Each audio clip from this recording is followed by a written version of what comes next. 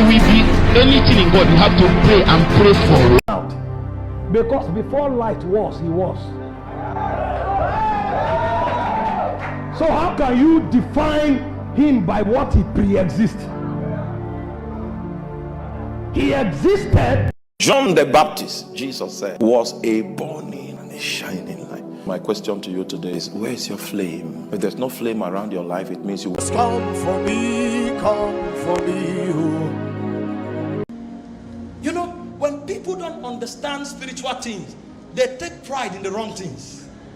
Somebody wants to go see the governor, he announces it to everybody, he wears his best dress, which is good, but we have meetings superior to meeting with men.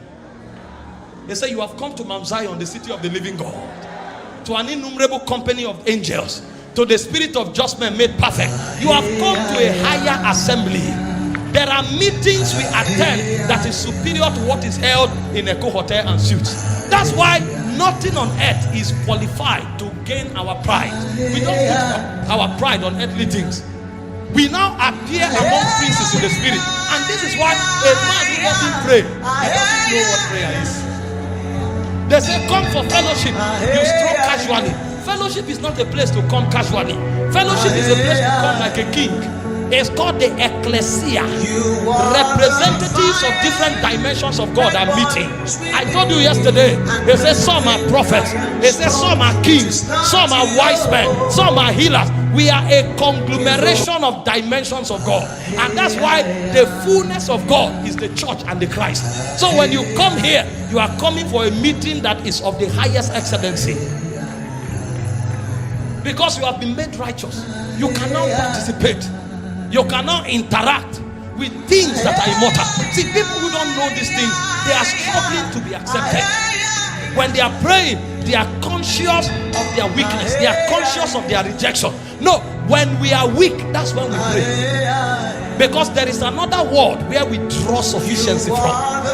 He said, for we know not what to pray for as we ought to. He said, but the Spirit himself helpeth our infirmities with groanings that cannot be uttered. Nothing defeats you anymore, because now you have partnership in realms beyond time. I tell people, your friends on earth should not be more than your friends in the spirit. No, the word of the spirit is superior to the natural world. By all means, connect to Zion. Connect to Zion. There are angels there, there are elders there, there are spirit of judgment made perfect there.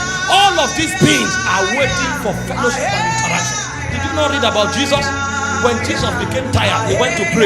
He said angels came to strengthen him, because the disciples couldn't help in that time.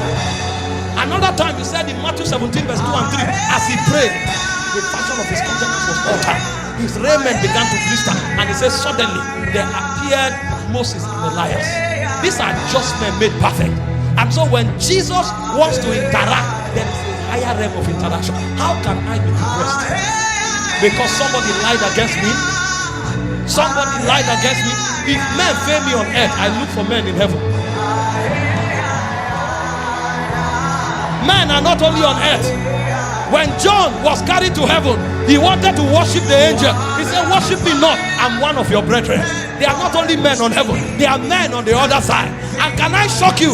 Every dimension you carry is a spiritual lineage. You are not the first carrying it. If you are a singer, there was once a David who could play harp and summon angelic entities. And so if things go wrong, all the singers on earth can betray you. Look for the worshippers that have crossed over.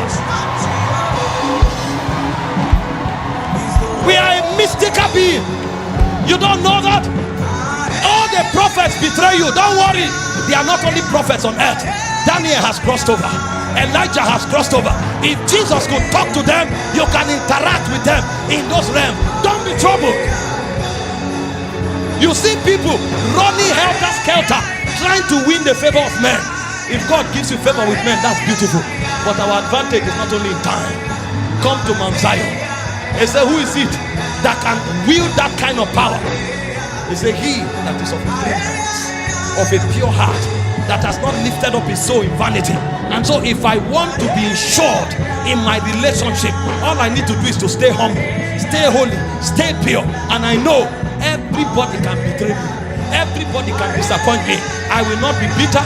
I will not be broken. I will not be depressed. Anybody that lives, he is supposed to live. His story with me has ended. But there is a realm where we draw strength from. We draw strength. We draw strength. We draw strength. He said I was in the isle called Patmos. Patmos is the island of death. The word Patmos means death. So when he said Isle of Patmos, it means the island of my death. They rejected him. Nobody stood for him. Nobody was even strong to defend him. They took him to that isle because church history told us they tried to kill him. The good, that was John. They pulled him at the back of chariots, he won't die. They threw him to oil, he will die. So they took him to an island and said, we separate you from civilization.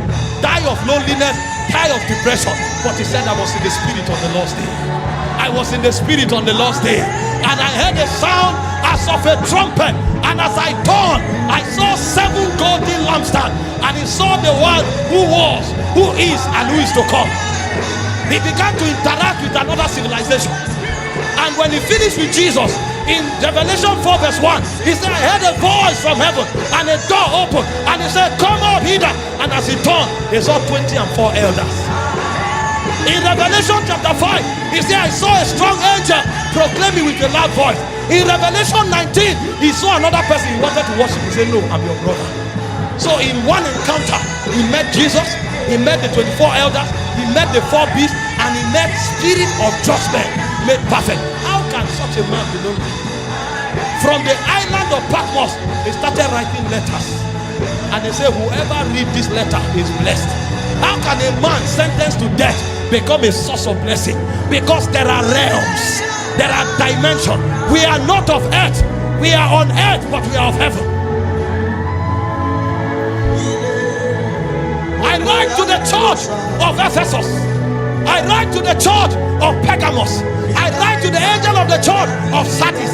And a man who was sentenced for death began to bring the chronicles of the ancients, and he was communicating the oracles of God, not just to men but to churches, because our reality does not end in time.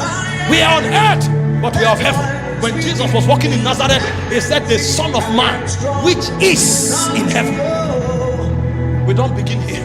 We came from the realm ancient, and we came here to communicate the life of that realm.